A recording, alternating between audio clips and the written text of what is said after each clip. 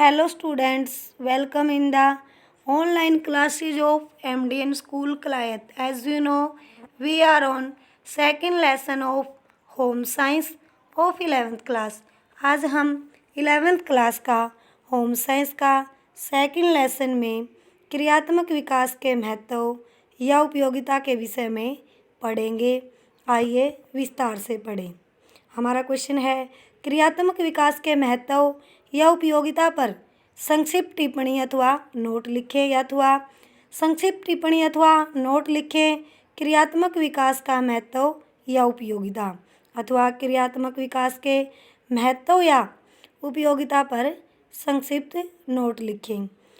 क्रियात्मक विकास का महत्व या उपयोगिता। क्रियात्मक विकास का बालक के जीवन में प्रत्यक्ष एवं अप्रत्यक्ष रूप से अधिक महत्व है, जो निम्नलिखित आधारों पर समझा जा सकता है। अधिक क्रियाशीलता के कारण बालक में संचित शक्ति व्यय हो जाती है, यानी कहने का अर्थ है भी ज़्यादा कार्य करने से बालक के अंदर जो शक्ति होती है, जो ऊर्जा होती है, वो व्यय हो जाती है, यानी खर्च हो जाती है। और संचित शक्ति व्यय होने के साथ साथ उसमें संचित अवांछित संवेग और चिंताएं भी निकल आती हैं। फलस्वरूप यह कष्टदायक संवेगों एवं चिंताओं से मुक्त हो जाता है। सामाजिकरण बालकों के अच्छे क्रियात्मक विकास पर निर्भर है। कहने का अर्थ है, जिस समाज में हम रह रहे हैं, जो बालक क्या है अच्छे कार्य करेगा और बालक का जो विकास है वो क्या है, किस पर, अच्छे क्रियात्मक विकास पर निर्भर करता है। बालक जिस समाज में रहता है, और अध्ययनों से ज्ञात होता है कि सामाजिक कौशलों के सीखने के अवसर प्राय उन्हीं बच्चों को मिल पाते हैं जिनका क्रियात्मक विकास अच्छा होता है। कहने का अर्थ है, जिस समाज में हम रह रहे हैं, जो हम कार्य करते हैं, वही बच्चा उन कार्यों को अच्छे से सीख पाता है, अच्छे से कर पाता है, जिनका विकास अच्छा होता है, और वही बच्चा उन कार्यों को कर पाता है।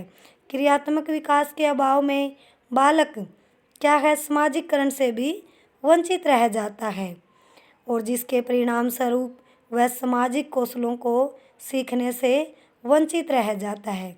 किसके कारण? जो क्रियात्मक विकास होता है उसके अभाव के कारण क्या है, जो सामाजिक कार्य हैं उससे क्या है, बच्चा वंचित रह जाता है, और जो सामाजिक कार्य हैं, कौशल हैं, उनको सीखने से भी वंचित रह जाता है। यदि बालक की क्रियात्मक योग्यताओं एवं कौशलों का विकास सही प्रकार का होता है, तब वह सामान्यतः इस प्रकार की क्रियाओं एवं कौशलों का अभ्यास करता है।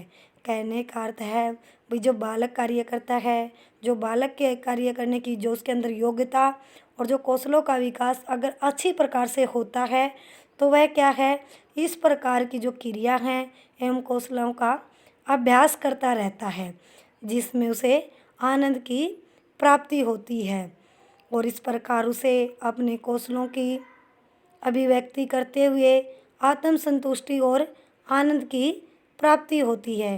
कहने का अर्थ है, जो बच्चा बार बार जिन क्रियाओं और कार्यों का अभ्यास करता है, उससे क्या है, बार बार कार्य और अभ्यास करने से क्या है, उससे क्या है, आनंद की भी प्राप्ति होती है, और उसके अंदर जो क्या है, जो उसकी आत्मा की भी संतुष्टि हो जाती है और आनंद की प्राप्ति होती है।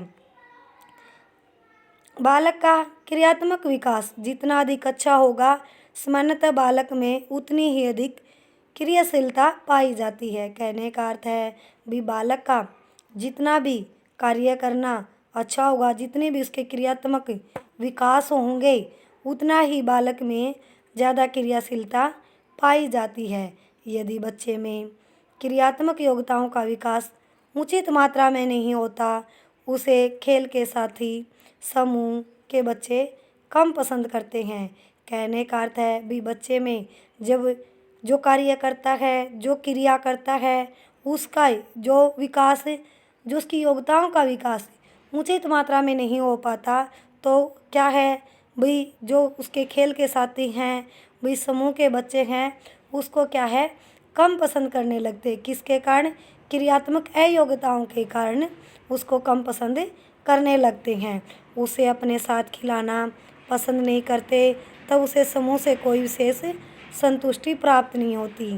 कहने का अर्थ है भी बच्चे जिसको क्या है कम पसंद करने लगते हैं, उसको अपने साथ खिलाना भी पसंद नहीं करते और उससे क्या है समूह के अंदर कोई विशेष रूप से संतुष्ट प्राप्त नहीं होता। बालक की क्रियात्मक योग्यताओं के विकास के द्वारा उनके मानसिक एवं शारीरिक विकास में सहायता प्राप्त होती है। कहने का अर्थ है बालक के अंदर जितनी भी क्रियात्मक योग्यताएं होंगी उसके साथ साथ क्या है बच्चे का मानसिक शारीरिक के विकास में सहायता करेंगी और बालक के मानसिक और शारीरिक विकास में सहायता प्राप्त होती है। बालक की क्रियात्मक योग्यताओं एवं कौशलों का विकास बालक के व्यक्तित्व का महत्वपूर्ण ढंग से प्रभावित करता है। कहने का अर्थ है बालक के अंदर जो क्रियात्मक योग्यता हैं, जो कौशल हैं, वो बालक के विकास के व्यक्तित्व को महत्वपूर्ण ढंग से प्रभावित करता है। समुचित प्रकार के क्रियात्मक विकास की अवस्था में बालक को अपने परिवार खेल के साथियों एवं विद्यालयों आदि विभिन्न क्षेत्रों में संयोजन सही प्रकार का होता है। कहने का अर्थ है यदि बच्चे का समुचित प्रकार से क्रियात्मक विकास की अवस्था में मतलब बच्चा क्या है अच्छे से क्रियात्मक क्रिया करेगा, अच्छे से कार्य करेगा, तो उसका क्या है अपने परिवार के साथ और जो बच्चा अपने साथियों के साथ खेलता है एवं विद्यालय आदि इन सब के साथ अच्छी प्रकार से संयोजन कर सकता है। अच्छा संयोजन होने पर व्यक्तित्व का विकास भी पूर्ण एवं प्रभावशाली रूप से होता है। जन्म के समय बालक पूर्णतः असहाय एवं दूसरों पर आश्रित होता है। कहने का अर्थ है जब बच्चे का जन्म होता है पूर्ण रूप से वो असहाय होता है। मतलब क्या है दूसरों पर आश्रित होता है यानी कि दूसरों पर निर्भर होता है और आयु वृद्धि के साथ विभिन्न क्रियात्मक योग्यताओं और कौशलों के विकास द्वारा वह चलना, खाना पीना आदि आवश्यक क्रियाओं एवं कौशलों को सीख लेता है। कहने का अर्थ है जब बच्चे की आयु में वृद्धि होती है, आयु बढ़ती है और वो साथ साथ क्या अपनी मांसपेशियों पर भी नियंत्रण करना शुरू कर देता है और अपनी क्रियात्मक और योग्यताओं और कौशलों के विकास के द्वारा क्या है बच्चा अपनी योग्यताओं के द्वारा चलना फिरना, खाना पीना आदि आवश्यक क्रियाओं एवं कौशलों को सीख लेता है तथा धीरे धीरे वो आत्मनिर्भर हो जाता है, अपने ऊपर क्या है डिपेंड हो जाता है, अपना सभी कार्य क्या है अपने आप करने लग जाता है।